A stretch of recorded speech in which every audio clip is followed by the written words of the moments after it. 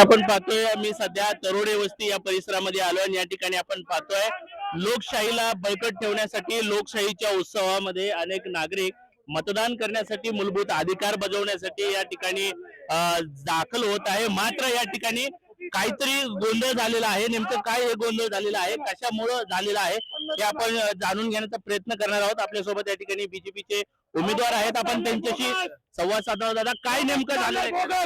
अख्ख्या लिंब्रा स्कूल मध्ये बोगस आहे, इथंही बोगस आहे। आमच्या महिला हिंदू महिलांची बेकार परिस्थिती आहे इथं, आणि ही फक्त गाड्याने गेलेली परिस्थिती आहे। तिकडल्या तिकडल्या याद्या फिरवल्यात अख्ख्या त्यांनी। 200 1800 मतदान तिकडून घेऊन आले तिथं। आज काय बोला, काय वाटतंय आज जे मतदान होत आहे लोकशाहीच्या पद्धतीने आहे की दडपशाहीच्या पद्धतीने आहे? दडपशाहीच्या पद्धतीने मतदान आहे आणि आमचा भाजपचा विजय दिसतोय, म्हणून हे यांची सगळी कुडगुडी चाललेली आहे, त्याच्याशिवाय काही नाही यांचं। कुणाला हे नेमकं तुम्ही आरोप करण्याचा प्रयत्न करणार आहे याबद्दल? फारुकी नामदार, निवृत्ती अण्णा बांधल, श्वेता घुले आणि अश्विनी सूर्यवंशी, अख्खा गड्याचा पॅनल। म्हणजे गड्याच्या पॅनल वरती आपण हे आरोप करणार आहे? हो, गड्याच्या पॅनलवर आरोप करतो आम्ही। आज होत असलेल्या मतदानाशी आपण सहमत नाही का? नाहीये सय्यदनगर मधल्या तर नाहीच आहे। निंब्रा स्कूल आणि ससाने वस्तीवरल्या स्कूल मध्ये तर पूर्ण डुप्लिकेट मतदान केलेलं आहे। पोलिंग वरती एजंट आहेत, पोलीस बंदोबस्त आहे, तरी सुद्धा आपल्याला या ठिकाणी शंका आहे का? पोलीस प्रशासन आम्हाला ताकद देत नाहीये। पोलीस प्रशासन इथंच थांबतं, आम्हाला सांगते त्यांना बाहेर काढा। पोलीस प्रशासन ताकद देत नाही आम्हाला।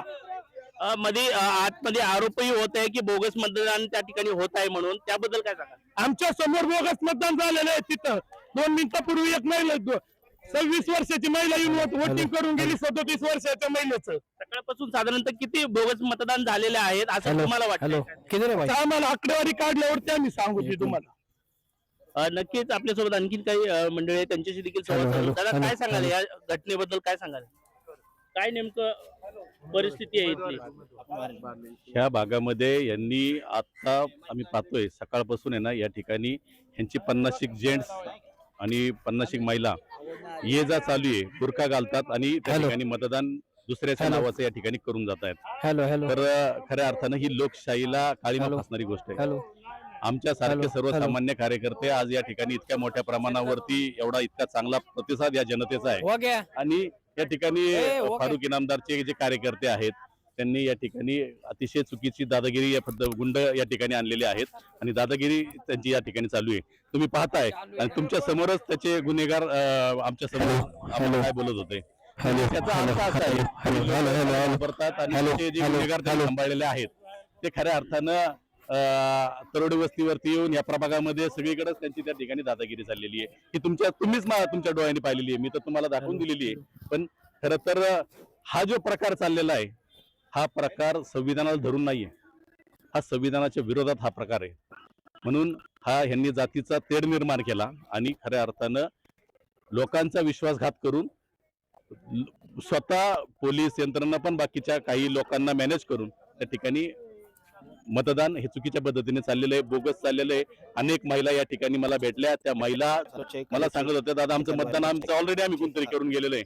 म्हणजे जे मतदार आमचे हिंदू मतदार त्या ठिकाणी आलेत त्यांचं मतदान ऑलरेडी तिथं झालेलं होतं।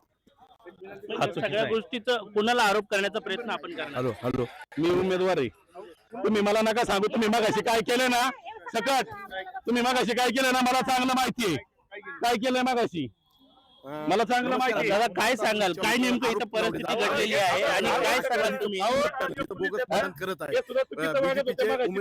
होते त्याबद्दल ह्यांच्या समोर गुन्हेगारी चालू होती, सकटांसमोर जे पोलीस आहे ना सकट यांच्या समोर चालू होतं। नक्कीच आपल्या सकट आहेत, त्यांच्याशी देखील संवाद साधण्याचा प्रयत्न करणार आहे।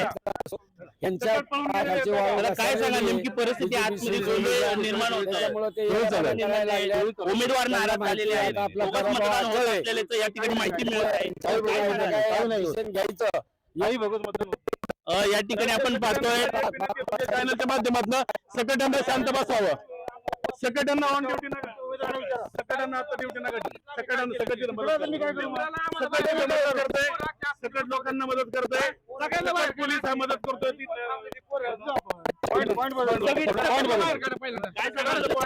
मी काय नक्कीच या ठिकाणी आपण पाहतोय लोकशाहीच्या सणामध्ये मोठ्या उत्साहाच्या वातावरणामध्ये या प्रभागातली जनता लोकशाहीला बळकट ठेवण्यासाठी मतदानाचा अधिकार बजावण्यासाठी या ठिकाणी आले असता या ठिकाणी भाजपचे जे उमेदवार आहेत त्यांच्याकडनं मतदान करायला आलेल्या नागरिकांवरती नाराजगी व्यक्त करण्यात येते. भाजपचे उमेदवार म्हणतात की या ठिकाणी मोठ्या प्रमाणामध्ये बोगस मतदान जे आहे ते होत आहे. मात्र या सगळ्या गोष्टीला नेमकं कोण जबाबदार असणार आहे? पोलीस प्रशासन या ठिकाणी मोठ्या प्रमाणामध्ये तैनात करण्यात आलेली आहे. मात्र पोलीस प्रशासन या सगळ्या गोष्टीकडे लक्ष देत नाही का? पोलीस प्रशासनाचे यंत्रणा या ठिकाणी काम करण्यासाठी कमकुवत पडतायत का? हे दृश्य आपल्याला पाहायला मिळते. आपण या ठिकाणी पाहतोय भाजपचे जे उमेदवार आहेत हे स्वतः या ठिकाणी बसलेले आहेत. नेमकं या ठिकाणी रोडवरती बसून या ठिकाणी नाराजगी ते व्यक्त करत आहेत. दादा, आपण रोडवरती बसून नाराजगी व्यक्त करताय, काय सांगाल? काय पर्याय राहिला माझ्या हातात? तुम्ही आता माझ्या तुमच्या समोर, तुम्ही चॅनलच्या समोर पोलीस यंत्रणा काय काम करताय तुम्ही पाहताय तुमच्या डोळ्यांनी. मी सांगतोय अहो सकट हा मॅनेज पोलीस आहे, त्याला बाहेर काढा, तर त्याला सुद्धा बाहेर काढत नाहीयेत. तुम्ही पाहिलंय ना आता तुमच्या डोळ्यासमोर आहे. आणि काय आहे आज आम्ही एवढे जण सगळे एवढा चांगला प्रचार करून एवढी सगळी चांगली यंत्रणा लावून आज या गुन्हेगारांनी या ठिकाणी नको केलं. हा, हिंदू मुस्लिम करतात तर परत पण यांनी गुन्हेगाराचा दंडशाही वापरून आज लोकांचा या ठिकाणी सगळं बोगस मतदान करून घेतलेलं यांनी. पोलीस लोक आम्हाला बाहेर काढतात, त्यांना आतमध्ये ठेवतात. काय गरज आहे? मग आम्ही काय बोलत नाही म्हणून आमचा फायदा उचलतात. लिंबरामध्ये अख्खी त्यांची लोक आतमध्ये, आम्हाला बाहेर काढले पोलिसांनी. अजिबात कोऑपरेट केलेलं नाही आम्हाला. काय म्हटले तुम्ही? आता आम्ही एक जणांबद्दल आणि दुसऱ्या सर म्हणतात मोबाईल अलाउड नाही, मोबाईल बाहेर कोण पोलीस मॅडम? इथं होते आता गेले, त्यांचं नाव पण नाही मला माहिती. इथंच होते, गेले आतमध्ये त्या.